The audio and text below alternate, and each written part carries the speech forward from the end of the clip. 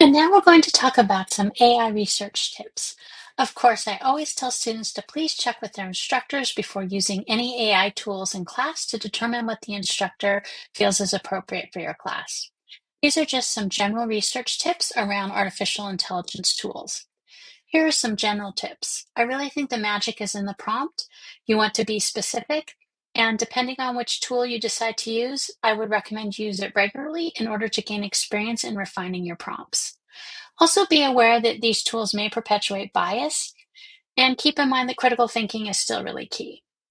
You might want to consider using AI as a thought partner. For example, you could use the tool to summarize content and compare results.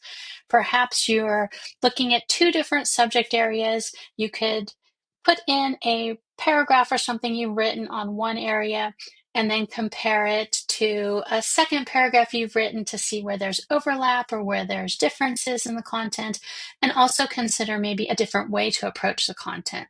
So that's what I mean by a thought partner. Now, there are some tips here for specific tools such as ChatGPT. I would encourage you not to use it as a fact-checking system, much the way you do Google. You would use Google for. It's really not very good at fact-checking. Also, please be aware of hallucinations. This is especially true for research citations.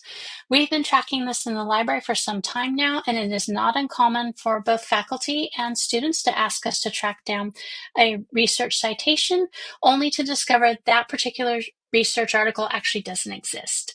And if you think about it, think about the model of the large language tool that you're using, right? It goes out on the web, it scrapes the data, and it mashes it all together, and it's designed to be predictive, right? So it's going to return articles to you that it thinks that you want. So perhaps these aren't actually existing because it's just put this information together. So that explains how hallucinations occur. Perplexity, this is a nice tool because it actually cites its sources, and you also have the ability to request X number of sources. For example, you can ask it to find 5 peer review articles. Claude is very user-friendly, and Gemini is known to make errors, and it actually says it at the bottom of the screen in small print. Gemini can make mistakes, so please double check it.